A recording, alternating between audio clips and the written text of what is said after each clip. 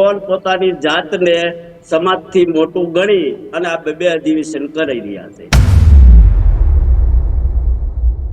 સવાલો એટલા માટે ઉઠી રહ્યા છે કે છેલ્લા કેટલાક વર્ષોથી અખિલ ભારતીય કોળી સમાજની એ રાષ્ટ્રીય હોદ્દાને માટે લડાઈ ચાલી રહી છે। એની અંદર મોટા ભાગે સમાજના લોકોનો ઉપયોગ રાજકીય પ્રતિનિધિત્વ મેળવવા માટે થતો હોય એવી મારી છાપ છે। લડાઈ અત્યારે વર્ચસ્વની છે, આ લડાઈ એ સમાજના હિતની છે કે પછી આ લડાઈ થકી કોઈ વ્યક્તિએ પોતાના રાજકીય રોટલા શીખી રહ્યા છે। આજકાલ અખિલ ભારતીય કોળી સમાજમાં નેતાઓની મહત્વકાંક્ષા એટલી મોટી થઈ ગઈ છે કે નેતાઓ સમાજનું હિત ભૂલી ગયા છે કે વસ્તી ગણતરીની અંદર જ્ઞાતિ આ વસ્તી ગણતરીનો સમાવેશ થવો જોઈએ, જે ભારતીય જનતા પાર્ટીની સરકારે પાછલા સમયથી કાઢી નાખ્યું છે કે વરરાજા વિનાની જાન ક્યાં લઈ જાય। એના બદલે જે પ્લેટફોર્મ મળે છે એ લોકો અંદરો અંદર લડે છે। તો સમાજ મોટો છે કે પછી નેતાનો કોઈ અહંકાર મોટો છે? તમે સમાજથી મોટા નથી। આ અગર સમાજને નુકસાન થાય ને તો તમામ આગેવાનો કે નેતાઓ એને આવતા દિવસોમાં નુકસાન ભોગવવું પડશે।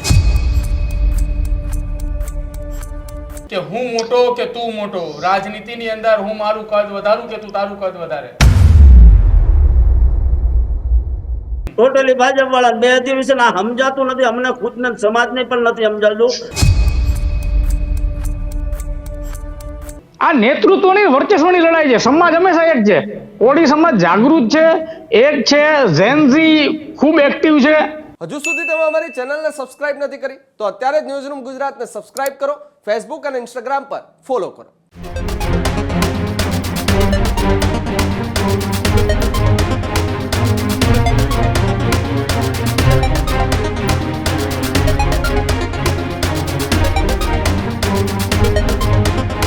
નમસ્કાર, અમારી વિશેષ રજૂઆત ગર્જનાદ સાથે હું ઉમંગ કાછડિયા આપનું સ્વાગત કરું છું અને હું છું પ્રદીપ। આજના ગર્જનાદમાં ચર્ચા કરવી છે, સમાજ એક છે તો પછી અધિવેશન કેમ બે?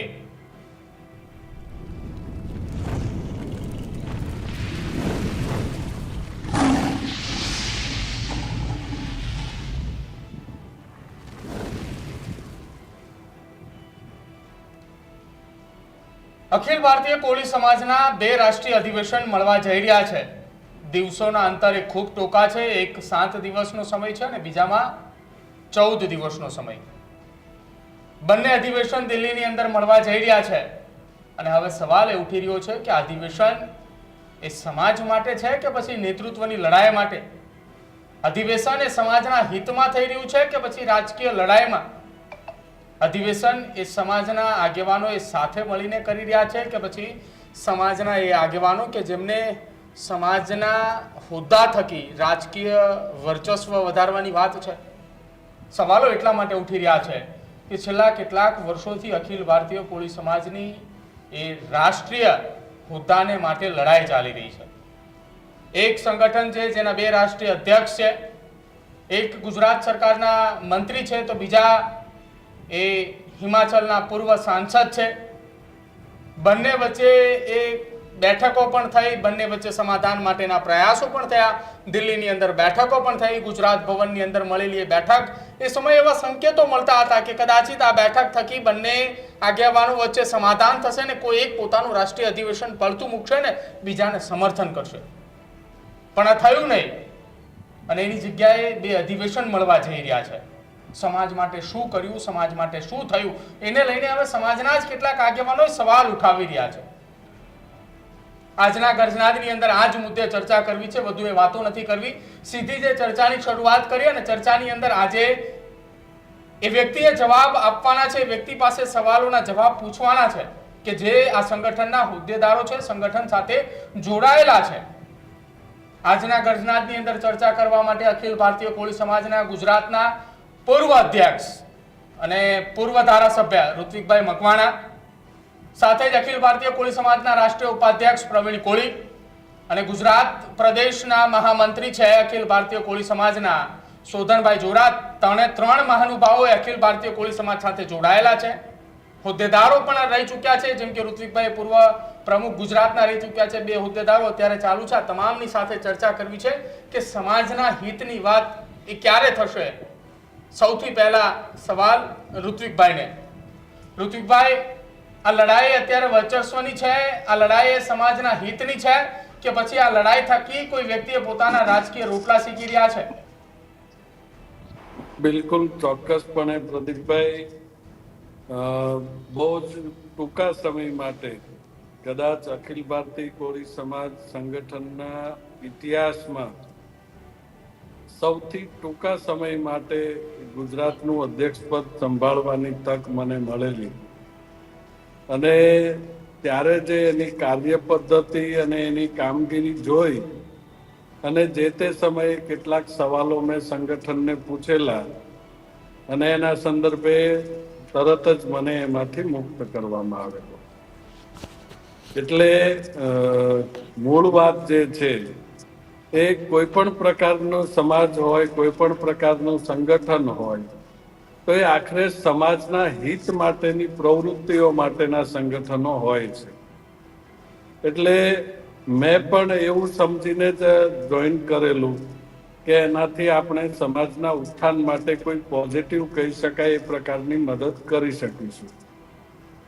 પરંતુ જે પ્રકારની બેઠકો, જે પ્રકારની ચર્ચાઓ અને જે પ્રકારના આયોજન થાય છે એની અંદર મોટા ભાગે સમાજના લોકોનો ઉપયોગ રાજકીય પ્રતિનિધિત્વ મેળવવા માટે થતો હોય એવી મારી છાપ છે.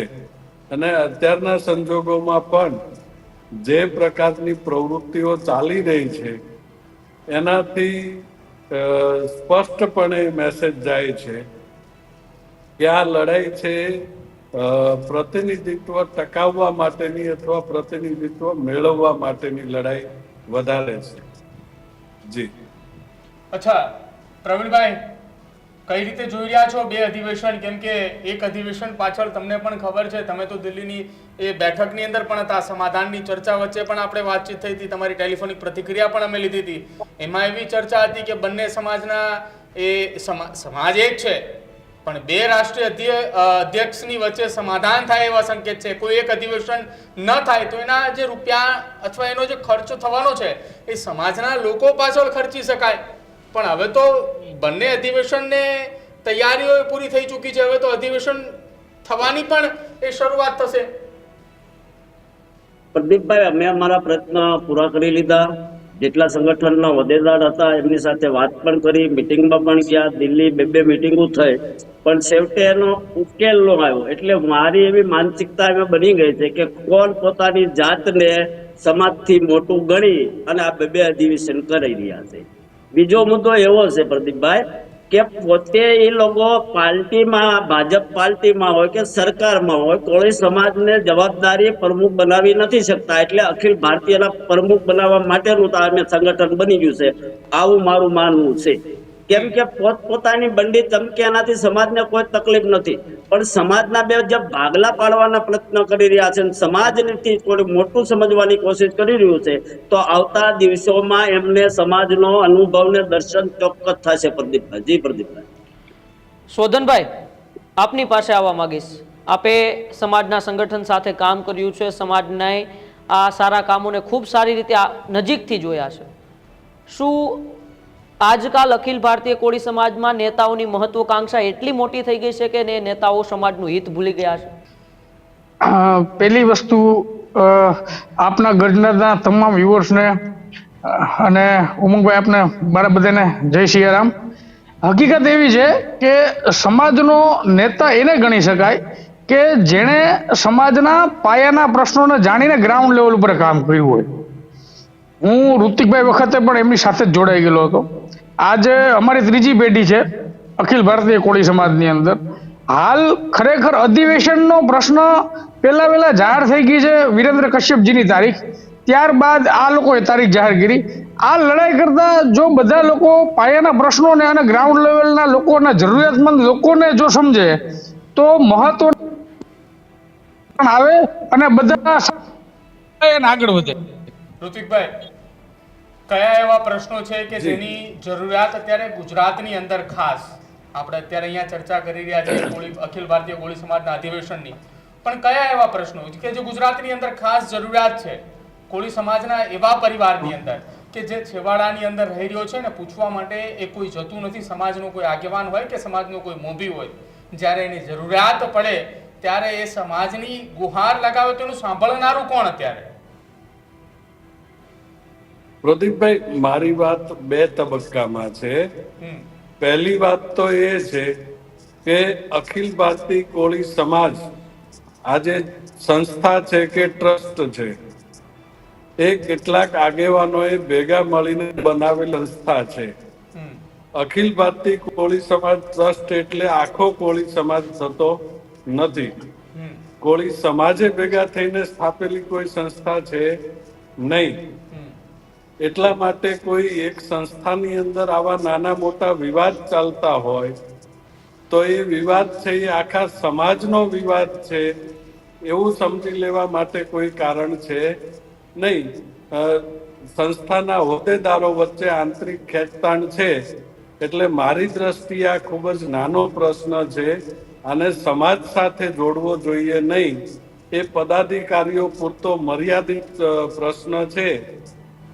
એ પદાધિકારીઓ એમની ઈચ્છા પડે એ પ્રમાણે કરી શકે છે. એની સાથે સમગ્ર સમાજને કોઈ સીધી રીતે લેવા દેવા નથી અને સમાજના ભાગલા પડે છે એ વાત સાથે પણ હું સંમત એટલા માટે નથી કે જે તે હોદ્દેદારો લડે છે એમના સમર્થકો પૂરતા ભાગલા પડે છે. આખા સમાજના કોઈ ભાગ પડી જાય છે કે આખો સમાજ વહેંચાઈ જાય છે કે આખો સમાજને આનાથી બહુ મોટું નુકસાન થઈ જાય છે, એવી વાત બહુ ગંભીરતાથી લેવા જેવી નથી. નંબર 2, સમાજના જે મુખ્ય પ્રશ્નો છે, જે તે સમયે હું પ્રમુખ બન્યો ત્યારે પણ મેં વાત કરી હતી કે કોઈ પણ સંગઠન બને કે સંગઠનના પદાધિકારી બને કે રાજકીય પદાધિકારી બને, સમાજથી અમે ફાયદો લઈએ છીએ, પરંતુ હોદ્દા ઉપર આવ્યા પછી અથવા સંગઠન બન્યા પછી અને સમાજ માટે શું કર્યું અથવા પદાધિકારીએ સમાજ માટે શું કર્યું એ સૌથી અગત્યનો મુદ્દો હોય છે. જે વસ્તુ અખિલ ભારતીય કોળી સમાજમાં ખૂબ જ ઓછી જોવા મળે છે કે 50 વર્ષ થયા કે 100 વર્ષ થયા એના કરતા 50 વર્ષમાં કે 25 વર્ષમાં સંસ્થાએ સમાજ માટે ઉપયોગી કહી શકાય એવા કામો કયા કયા કર્યા. અત્યારે ખરેખર તો વસ્તી ગણતરીની વાત ચાલે છે. વસ્તી ગણતરીની અંદર સરકારે પહેલા જાહેર કર્યું હતું કે ઓબીસી ની અલગથી વસ્તી ગણતરી થશે, એના આંકડાઓ જાહેર થશે. તો સરકારે કોલમ ઓબીસી નું કાઢી નાખ્યું છે. ઓબીસી ના સૌથી વધારે વસ્તી ધરાવતા સમાજ પૈકીનો એક સમાજ છે કોળી સમાજ.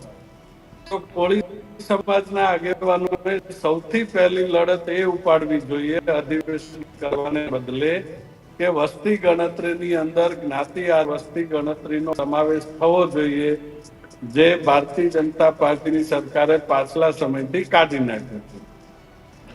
ઘણા બધા પ્રશ્નો એવા છે કે જેમાં અનામતની અંદર પ્રશ્નો ઉભા થાય છે, બેકલોગ થી ભરતીઓ આવે છે, એમાં ઓબીસી ને અન્યાય થાય છે.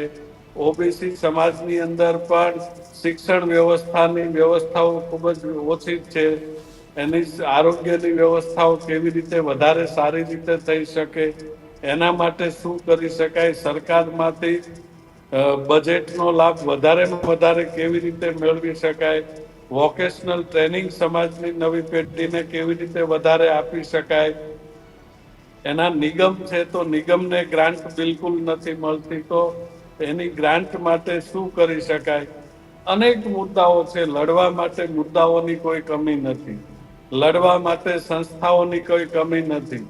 આટલી વિશાળ પ્રમાણમાં વસ્તી છે તો એક અખિલ ભારતીય કોળી સમાજને આવા 1000 અખિલ કોળી થાય તો પણ સમાજની યોગ્ય કામગીરી ન થઈ પ્રમાણમાં કોળી સમાજ અને ઠાકોર સમાજની વસ્તી છે. ત્યારે આંતરિક લડાઈઓ કરવાને બદલે જે વિસ્તારમાં જે કાર્યક્ષેત્રમાં આગેવાનો કામ કરતા હોય એ વિસ્તારમાં સમાજ માટે ઉપયોગી થઈ શકે એવા મુદ્દાઓ ઉપર કામ કરે અને જે જગ્યાએ તંત્ર સાથે અથવા સિસ્ટમ સાથે અથવા નીતિગત લડાઈઓ છે એ લડાઈઓ માટે સમગ્ર ગુજરાત સમગ્ર દેશના તમામ સંગઠનો એક પ્લેટફોર્મ ઉપર આવે અને એક પ્લેટફોર્મ ઉપર આવીને લડે એ ખૂબ જ જરૂરી છે.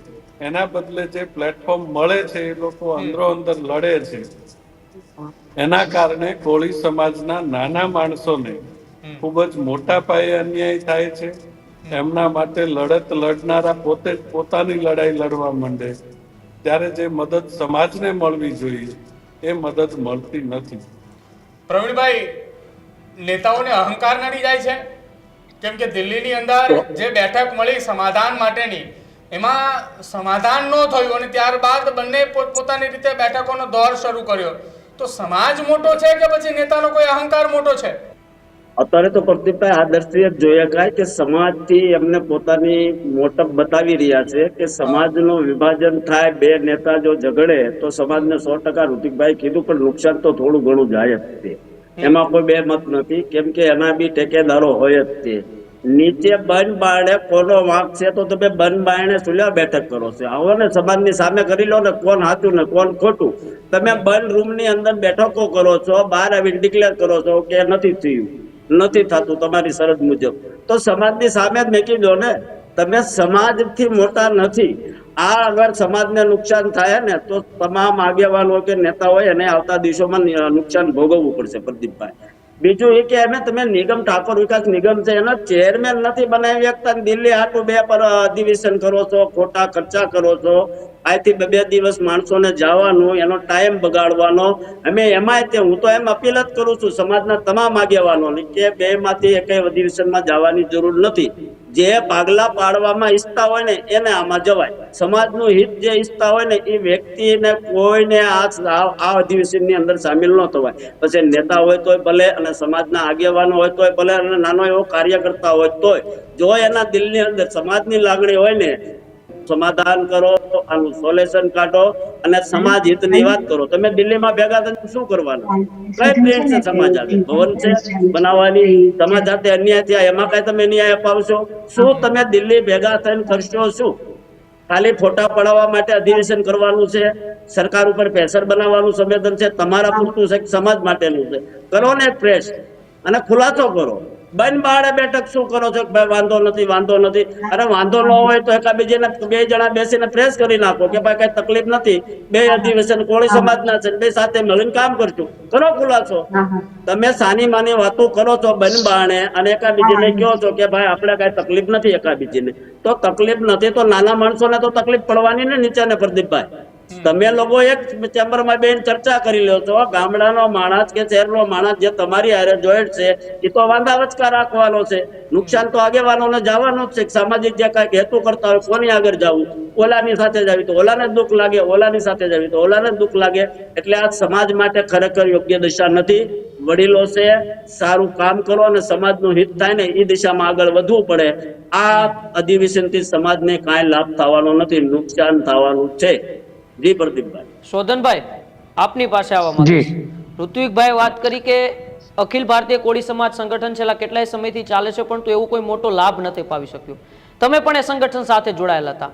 કોળી સમાજ હજુ પણ શિક્ષણ ક્ષેત્રે અનેક ગામડાઓ છે જ્યાં પછાત છે.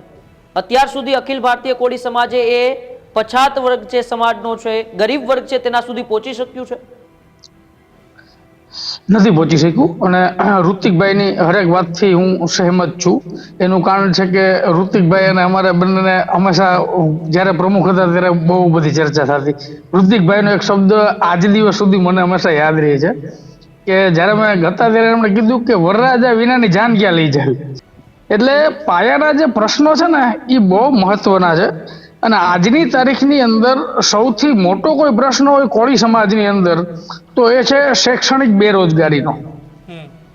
બીજો મહત્વનો પ્રશ્ન છે ખેડૂત ખાતેદાર રદ થવાનો. ત્રીજો મહત્વનો પ્રશ્ન છે કે અમારી જે દીકરીઓ છે એને જે લઘુગૃહ ઉદ્યોગ કે જે ગામડાની અંદર જે એને MSME થી માંડી અને અમારા જે યુવાનોને જે લાભ મળવો જોઈએ એનો લાભ નથી મળતો. અખિલ ભારતીય કોળી સમાજ જે સંગઠન છે એની સૌથી પહેલી સરકારમાં રજૂઆત એ હોવી જોઈએ કે બોર્ડના નિગમ અને ચેરમેન હમ ઈ સૌથી મા બાપ વગરના દીકરાનું કોણ ધ્યાન રાખે? આજે ગામડાની અંદરથી જે શૈક્ષણિક લોન મૂકે છે, હવે એને 4% વ્યાજ દરે એ લોકો આપે છે, પણ શિક્ષણ નથી થતી. એમની અંદર કોલેટ્રોલ માગે છે, પછી એની અંદર એ લોકો 2 જામીન માગે છે. હમ તો એ તો તાલુકાના જિલ્લા લેવલ 8% SBI માંથી મળી જાય છે, HDFC માંથી મળી જાય છે. હમ લિબરલ પોલિસી નથી. હમ આવા અનેક મુદ્દાઓ છે. ઋતિકભાઈ કીધું એમ, પ્રવીણભાઈ કીધું, કોઈ લડવાના 100 મુદ્દા છે. હમ કામગીરી મહત્વની છે. તો એવું ક્યાં કપાઈ જાય છે? તમે કીધું લડવાના 100 મુદ્દા છે, પણ લડાતું એ 100 માંથી એક પણ મુદ્દા ઉપર નથી. નવો 101મો મુદ્દો આવીને ઉભો રહી જાય છે કે હું મોટો કે તું મોટો. રાજનીતિની અંદર હું મારું કદ વધારું કે તું તારું કદ વધારે. સત્તાધારી પક્ષના ધારાસભ્યોએ આ વસ્તુ સત્તાધારી પક્ષની અંદરથી કામ કઢાવવાની જવાબદારી લેવી જોઈએ. બરાબર. હવે હું તમને કહું, હું ઋતિકભાઈ પાસેથી રોજાનભાઈ એક મહત્વની વાત દેખું. જે આ બે અધિવેશન થાય છે ને એમાં મહત્વની જાણકારી એ છે કે ભાઈ તમે કુંવરજીભાઈ ભાજપમાંથી, વિરેન્દ્રભાઈ ભાજપમાંથી, કનુભાઈ ભાજપમાંથી, આપણે કિશોરભાઈ ભાજપમાંથી, હીરાભાઈ ભાજપમાંથી, જગનાબેન લેડીઝમાં આપણે મહિલા મોરચો ભાજપમાં છે, તો બધા ભાજપ વાળા, ટોટલી ભાજપ વાળા. 2 અધિવેશન આ સમજાતું નથી. અમને ખુદને સમાજને પણ નથી સમજાતું કે બધા ભાજપ વાળા મેજોરિટી છે. 10% હશે બીજા, પણ મેજોરિટી બધા ભાજપ વાળા છે, મુખ્ય હોદ્દેદારો. તો 2 અધિવેશન થાય છે શેના માટે? મને તો એ જ નથી સમજાતું કઈ રણનીતિનો આ ભાગ અપનાવ્યો છે. બોલો જોજનભાઈ, દીપકભાઈ. આજની તારીખની અંદર હું સમસ્ત આપના માધ્યમથી જણાવવા માંગીશ કે કરમસિંહ દાદા મકવાણા જ્યારે શિક્ષણ મંત્રી હતા ત્યારે એમણે 2 દીકરીઓને મફત શિક્ષણનું આયોજન કરાવી દીધું. શૈક્ષણિક સંસ્થાઓની સ્થાપના થઈ. આજની તારીખમાં અમારા સમાજની શૈક્ષણિક સંસ્થાઓ ખૂબ દયનીય પરિસ્થિતિમાં છે. આજની તારીખમાં અમારા છેલ્લા 20 વર્ષથી મને નથી દેખાતું કે મોટી સંસ્થાઓનું ક્યાંય નિર્માણ થયું હોય. સત્તાની લડાઈમાં સામાજિક કાર્યો ભૂલાઈ ગયા છે, અને એની જ આ ચિંતા છે. ઋત્વિકભાઈ, સમાજના જી. હિત માટે, સમાજ સંગઠિત થાય તે માટે ભૂતકાળની અંદર આપણે ગુજરાતની અનેક એવી ઘટનાઓ જોઈ છે જ્યાં સમાજના તમામ પક્ષના નેતા, તમામ પક્ષના ચૂંટાયેલા પ્રતિનિધિઓ હોય, એ ભૂતપૂર્વ ચૂંટાયેલા પ્રતિનિધિઓ હોય, તેમ છતાંય સમાજની વાત આવે છે ત્યારે તમામ લોકો એક મંચ ઉપર એકત્રિત થાય છે. તો એની પાછળનું કારણ શું? એ સમાજને બતાવવા માટે કે હા અમે ખાલી બધા એક સાથે છીએ, આવનારા સમયમાં ચૂંટણી આવે ત્યારે કહેવા થાય કે અમે ગુજરાતની અંદર એ બગદાણાની ઘટના બની હતી કે ભાવનગરની ઘટના બની કે બોટાદની ઘટના બની ત્યારે અમે બધા સાથે હતા એટલે તમે અમારું ધ્યાન રાખજો, એના માટે કે પછી પોતાની રાજકીય અસ્તિત્વ માટે? નહીં, બધા એક થઈને એક સ્ટેજ ઉપર આવે તો એમાં કોઈ ખરાબ વાત નથી. સૌથી અગત્યની વાત એ છે કે 1 કલાક કે 2 કલાક માટે જો એક સ્ટેજ ઉપર આવી શકાતું હોય તો સમાજના કામો માટે તો કાયમી ધોરણે એક પ્લેટફોર્મ ઉપર રહીને કામ કરવું જોઈએ. ખરેખર જો આ પ્લેટફોર્મનો સારી રીતે થાય, અખિલ ભારતીય કોળી સમાજના પ્લેટફોર્મનો સારી રીતે ઉપયોગ થાય, એની અંદર જવાબદારીઓનું વિકેન્દ્રીકરણ થાય તો ચોક્કસપણે સારી રીતે સમાજને પણ આનો લાભ મળી શકે એમ છે. પરંતુ તમે કહ્યું એમ મોટા ભાગે સમાજની અંદર જે પરસેપ્શન ફેલાયેલું હોય, સમાજને કોઈ બાબતે રોષ હોય અથવા સમાજના યુવાનોનો ઉત્સાહ કોઈ બાબતે હોય, તો એવા પ્રસંગોએ તો મોટા ભાગે બધા જ આગેવાનો એક પ્લેટફોર્મ ઉપર આવી જતા હોય છે. પરંતુ એને કાયમી ધોરણે ફ્લેટ બનાવીને કાયમી ધોરણે કનેક્ટિવિટી જળવાઈ રહે તો એ વધારે સારું થઈ શકે, પરંતુ કમરે કેટલીક કારણોસર એ થઈ શકતું નથી. અલબત્ત એ એક પણ સમાજમાં નથી થઈ શકતું. દરેક સમાજમાં નાની મોટી તકલીફો હોઈ શકે. કોળી સમાજ મોટો છે તો એમાં પ્રમાણમાં થોડી વધારે હોય, એની સામે થોડુંક અસંગઠિત અને અશિક્ષિત છે એટલે બીજા કરતા થોડુંક વધારે હોઈ શકે. પરંતુ એ જવાબદારી છે એ સમાજ કરતા પહેલા સમાજના જે આગેવાન બનવા નીકળે છે. આ અધિવેશન પછી જો સમાજની અંદર બે ભાગલા પડે છે, સમાજના એ બે જૂથો ઊભા થાય છે, તો એની પાછળ જવાબદાર કોણ? એ તો સીધી જ વાત છે. લગભગ તો અમે ભાગલા ભાઈ એમને પાડવા છે, પણ પાડવા નહીં જ દેવી. અમારો પૂરેપૂરો પ્રયત્ન છે સમજાવવાનો, અને આવતા દિવસોમાં એ સમજૂતી કરી લે દિશામાં એને મજબૂર થશે. કેમ કે સમાજ જયારે ઉભો થાય ને ત્યારે કોઈ આગેવાન કે કોઈ નેતાનું ચાલતું નથી. જયારે સમૂહ સમાજ જયારે જાગશે ને, અને લગભગ સમાજની તૈયારી છે કે અમે એ નેતાની વાતોમાં નહીં આવે ખોટી. અને બીજું સાથે સાથે હું એ પણ એડ કરું છું કે અમારા કાળુભાઈ ડાભી જે ધંધુકાના ધારાસભ્ય છે, જે ગાંધીનગરની અંદર મારું છોકરા શિક્ષણ ભવન ચલાવે છે, એનું એ હેન્ડલિંગ કરે છે. અને બીજા આપણે રાજેશભાઈ ચુડાસમા જુનાગઢના સાંસદ, એ બંને જણ આ સંગઠનથી બહાર છે. ઘણા એમ તો જો કે આ સંગઠનથી ધારાસભ્યો બહાર છે, પણ એમને પણ હું કહેવા માંગુ છું કે તમે આ ખેલ જોવામાં તમારી પણ ફરજ આવે છે કે આને સમાધાનના એક જગ્યાએ બેસાડીને અને આને સમાધાન કરાવો. તમે લોકો બહાર બેઠા ખાલી જોવા માટેનું અને સમાજને નુકસાન થાય તો તમારી ફરજમાં પણ આવે છે કે તમારે બોલવું પડે અને સમાધાનની દિશામાં આગળ વધારવા પડે. આ એમની પણ ફરજ છે, પણ એ લોકો કઈ સિરિયસતાથી લેતા નથી અને સમાજનું નુકસાન થાય એ દિશામાં જોઈ રહ્યા છે. અમે કઈ સ્ટ્રેટેજીના ભાગરૂપે અમે કીધું એમ તમામ છે જાજો મેજોરિટી ભાજપ વાળા કઈ સ્ટ્રેટેજીથી બે અધિવેશન કરે છે એ સમજણની બહાર છે. એનું કારણ છે આવતા દિવસોમાં પ્રતિભાવ ખરેખર આમાં ખબર પડશે કે આ લોકો કરવા શું માંગે છે. કાં તો કે એનું સમાજની અંદર ચાલે છે, પાર્ટીમાં નથી ચાલતું, તો પોતાને મોટા બનાવવા, પોતાની ટિકિટ સલામત રાખવી, પોતાની જગ્યા સલામત રહે, એના માટેનું અધિવેશન હોય તો કઈ ખબર નથી. સમાજ માટેનું હોય તો સારી બાબત છે. જી પ્રભુ. છોટનભાઈ, ઇતિહાસ એ સાક્ષી છે કે જ્યારે સમાજ એક હોય ત્યારે કોઈ પણ મોટી મુશ્કેલી હોય ને એને એ આસાનીથી એ મુશ્કેલી એ હેન્ડલ કરી શકે, એ મુશ્કેલીમાંથી બહાર નીકળી શકે. જો સમાજ એક હોય ને સમાજ સંગઠિત હોય તોની વાત છે. કોળી સમાજ પાસે ગુજરાતની અંદર કેટલા સાંસદો, કેટલા ધારાસભ્યો, ચૂંટાયેલા પ્રતિનિધિ, એ તાલુકા પંચાયત, જિલ્લા પંચાયતથી શરૂઆત કરીએ ધારાસભ્ય MP સુધીની વાત કરવામાં આવે, મંત્રીઓ પણ કોળી સમાજમાંથી છે. જો સમાજ એક હોય તો તમને પણ ખબર છે કેટલી એકતા સાથે આગળ વધી શકે.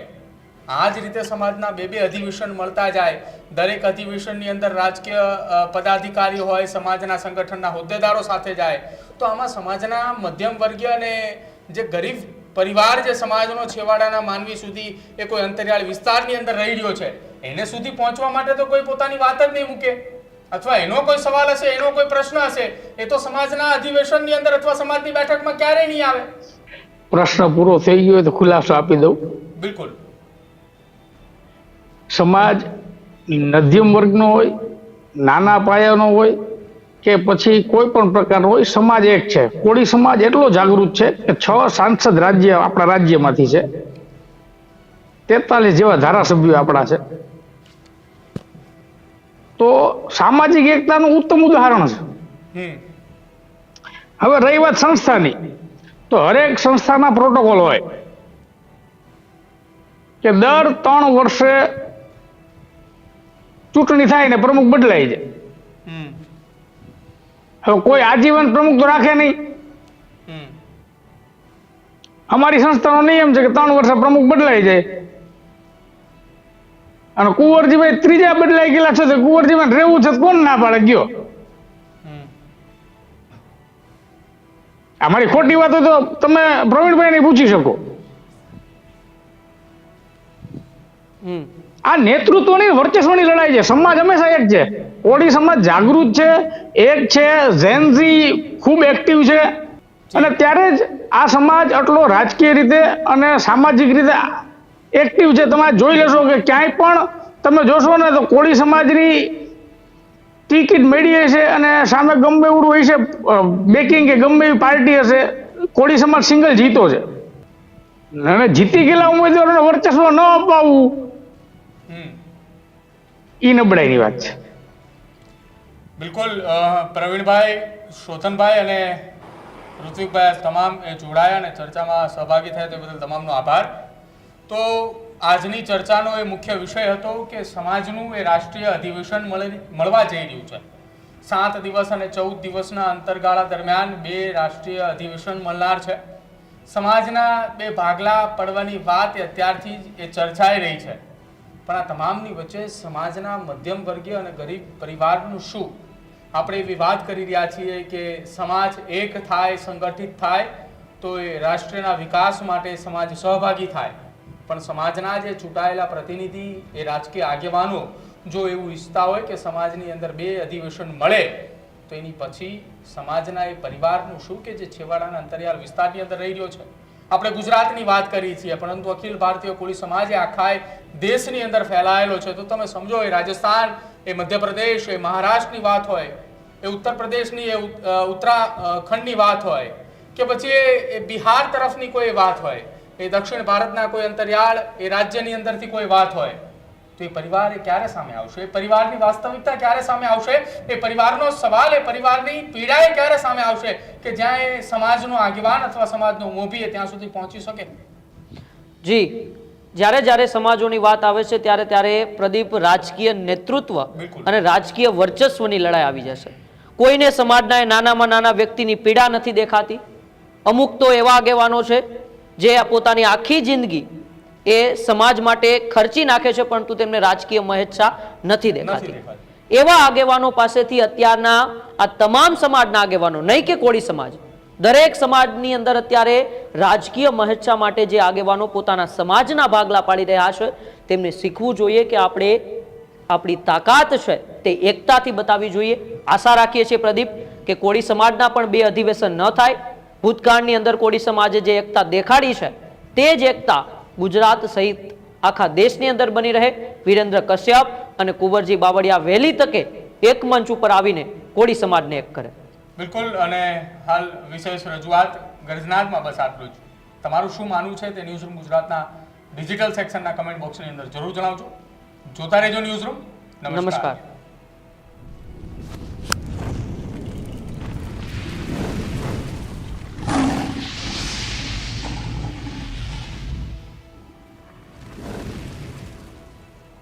હજુ સુધી તમે અમારી ચેનલને સબસ્ક્રાઇબ નથી કરી તો અત્યારે જ ન્યૂઝરૂમ ગુજરાતને સબસ્ક્રાઇબ કરો, ફેસબુક અને ઇન્સ્ટાગ્રામ પર ફોલો કરો.